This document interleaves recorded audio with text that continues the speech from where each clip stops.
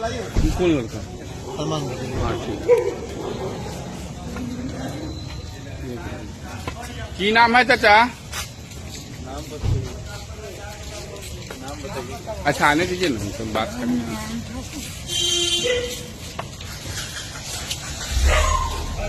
बस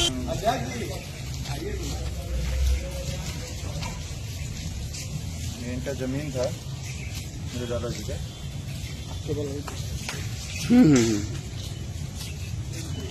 डीएल बनना आ जाता।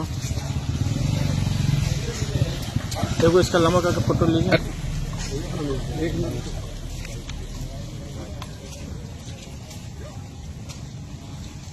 की नाम है बाबा?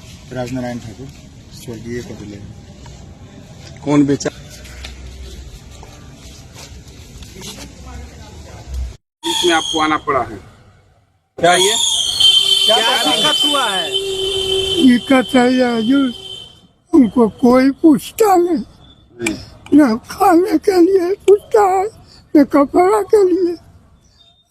एगो ये पोता दो आदमी हमला के देखता है तो वो रहता है अपन फौजी में। आई यहाँ से बेटा सा चुप्पे आता और जमीन बेच बेच के घसा किया था।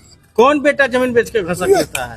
और दिलीप कितने नंबर बेटा है?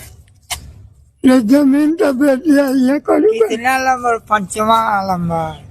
क्या गो बेटा है? पांच। पाँचवा। कितना नंबर बेटा जमीन बेच लेता है? पांचवा नंबर। पांचवा नंबर। क्या नाम है? आपको क्या लिख शो कर दिया उसमें? दिलीप ठाकुर ना कहते। हाँ तो उसमें क्या लिख दिया? आप तो जीवित हैं अभी। स्वर्गीय कर दिया है। तो वो हमरा उसका कपड़ा लत्ता भी न देता।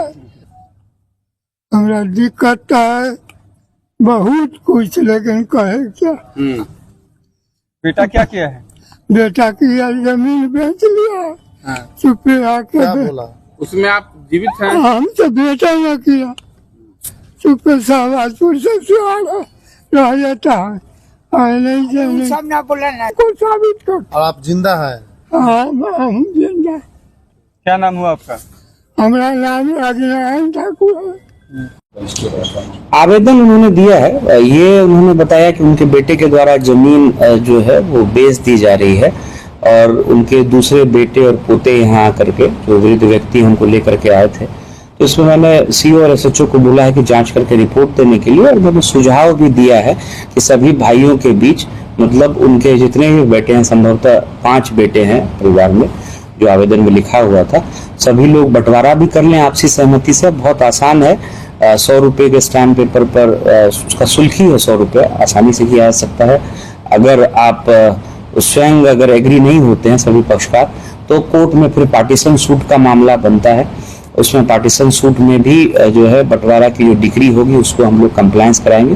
लेकिन लोकल स्तर पर हम लोग पहले प्रयास करेंगे कि सीओ और एसएचओ जो है सभी पक्षकारों से बात करके एक समाधान निकालने का प्रयास करें। तो ये हम लोगों ने उनको बता दिया है। और जो लीगल पोजीशन है कि अगर कोई केवाला हो गया है, डीड एग्जीक्यूट हो गया है, तो फिर उसमें सिविल कोर्ट से जो है वाद दायर करके उसमें रिलीफ लेना होता है, उसको रद्द कराना होता है। तो ये भी मैंने उनको बता दिया है और स्थानीय स्तर पर सीओ एसएचओ को मैंने जांच के लिए आवेदन पत्र को भेज दिया है।